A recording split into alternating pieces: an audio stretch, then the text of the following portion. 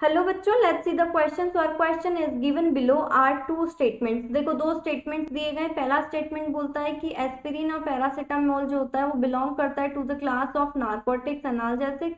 And second बोला गया है कि मॉर्फिन और हेरोइन जो होती है वो नॉन नार्कोटिक्स एनाल्जेसिक होती है। In the light of above statement choose the correct answer from the option given below. ठीक है, तो हमें जो करेक्ट ऑप्शन है वो बताना है। ठीक है, अब देखो अगर हम बात करें तो दो तरह से नारकोटिक्स डिवाइड होता है, नारकोटिक्स और अनारकोटिक्स एनाल्जेसिक के रूप में।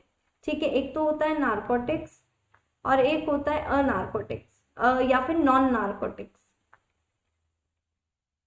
ठीक है, अब देखो जो नारकोटिक्स होता है इसमें क्या होती है, ये जिस तरह के ड्रग्स होते हैं इसमें जो होता है ये एडिक्टिव होते हैं।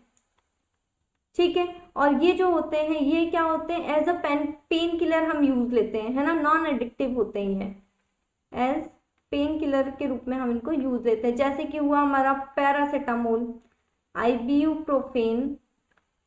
ठीक है, या फिर इसके अलावा अगर हम बात करें तो एस्पिरिन हुआ। ठीक है, ये होता है। अब और जो एडिक्टिव होते हैं इनमें आता है हमारा हेरोइन। ठीक है, और उसके अलावा मॉर्फिन, ये होता है। ठीक है, अब देखो अगर हम स्टेटमेंट की बात करें तो फर्स्ट बोला गया एस्पिरिन और पैरासीटामोल जो होता है बिलोंग करता है नार्कोटिक्स से। तो ये तो कम्प्लीटली रॉन्ग है, क्योंकि ये जो है एस्पिरिन और पैरासीटामोल ये नॉन नार्कोटिक से बिलोंग करता है, तो ये फॉल्स स्टेटमेंट है।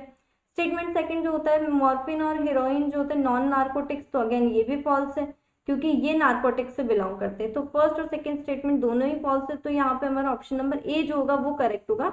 Both statement first and second are false. बाकी देख लेते हैं, इसमें बोला गया स्टेटमेंट फर्स्ट करेक्ट है, तो ये नहीं होगा। स्टेटमेंट फर्स्ट इनकरेक्ट है, ये तो सही है, बट स्टेटमेंट सेकंड भी ट्रू नहीं है, तो ये भी नहीं होगा।